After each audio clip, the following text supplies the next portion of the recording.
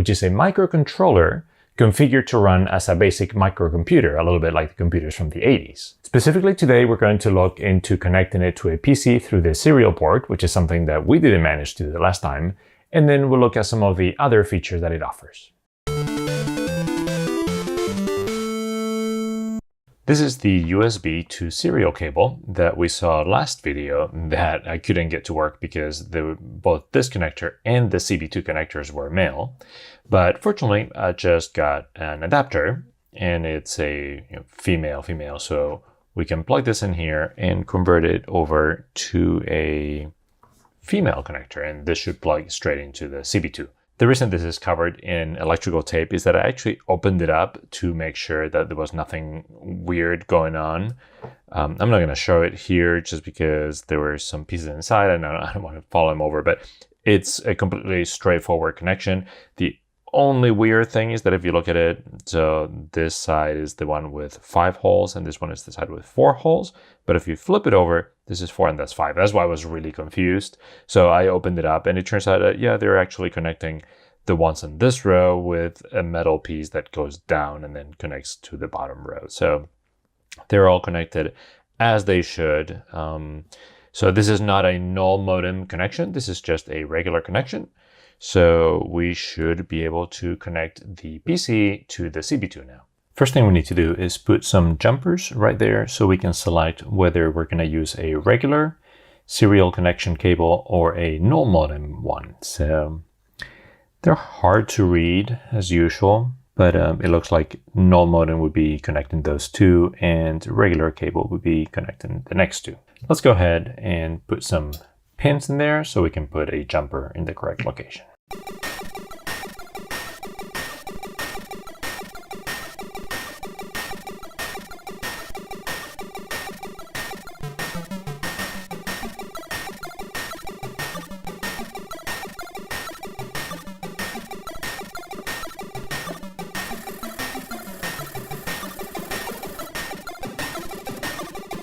This particular cable came with a driver, so that's really handy. That way I install that and Windows can recognize it as a serial port.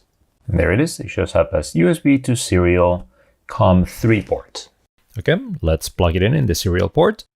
And here we are, ready to test it. For this, I'm going to use the old HyperTerminal program. There are better terminal programs out there, but this particular one was recommended in the CB2 page, so I figured we might as well start there. So we need to configure it for 2400 baud, no parity, 2 stop bits, and no flow control. I need to make sure that on the CB2 side, it's configured correctly. So yeah, 2400 baud, and we want the simple serial in and out. We'll see later what it means. And we're ready to test it through the CB terminal. Now I'm typing some keys on the computer and yeah, that's not looking good at all. Just in case, I'm going to switch modes so I can see what I'm typing. And now I'm typing on the CB2 and yeah, it just comes out as weird characters and same thing if I type on the computer. So something isn't right. So when this happened, I actually went ahead and I checked all the connections related to the transmit and receive pins and connectors on the board, and everything seemed to be fine. I also double checked the adapter and again, it checked out. Then I reached out to Cos, the person in charge of the project, and he suggested that I look into the voltages generated by my USB to serial adapter. And that is when I learned the difference between RS-232 and UART. Ever since the days of the early PCs, I used to refer to serial cables as RS-232. I always assumed that it had to do with the shape of the port, but that was only part of it. First of all, RS-232 stands for Recommended Standard. How about that? I had no idea. In particular, the standard says that receive and transmit are sent over 2 different lines and that there are 2 voltage levels. The negative voltage is usually -3 to -15 and positive voltage is anywhere from +3 to +15, and that in the idle state will hold the negative voltage, but also a logical 1 is actually negative voltage and a logical 0 is a positive voltage. And then we have the UART, which stands for Universal Asynchronous Receiver Transmitter. UART is more of a hardware piece rather than a standard, which takes care of serializing and reassembling data to communicate serially. UART doesn't define specific voltage levels, but it definitely defines idle as high, but then a logical 0 is low voltage, so usually it's 0 volts, and a logical 1 is high voltage or 5 volts. Unfortunately, I wasn't the only one who wasn't totally clear on this distinction, so whenever you get a device that claims to be RS-232, you really need to check if they mean the connector shape or the voltage levels it produces. I suspect that might be our problem, so let's measure them. Okay, so here we have the CB2 wired up so that the oscilloscope is looking at the transmission pin on the serial connector, and then it's grounded on the ground pin, so pin number 5 of the serial connector.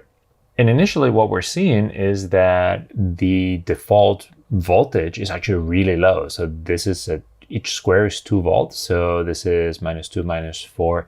That's like -5 volts, which is exactly what you expect out of the RS-232 standard. And now if I press a key, it's going to send the code for that key serialized. And there we go, we get something like that. And notice it jumps way up to, again, +5. So yeah, it has a total of 10 volt differential. That's what the RS-232 expects. So yeah, this is behaving exactly the way you would expect. But the ATMega microcontroller doesn't interface directly with RS-232 signals. Instead, it has some added circuitry to invert the signal and bring it down to a 0 to 5 volt range. Okay, so now in addition to looking at the transmission line on the serial port, we're looking at the transmission, a TX1 pin on the microcontroller itself. There we should see the same serial pattern, but before the amplification. So the first interesting thing is that it looks like the default voltage is 5. So when there's no activity, it's 5 volts. And when we send something, there you go. We see the same kind of pattern, just reversed and going down to 0 volts. So it's quite different from what comes out of the RS-232 as far as voltages. And now for the other half of the test, which is we have the computer with the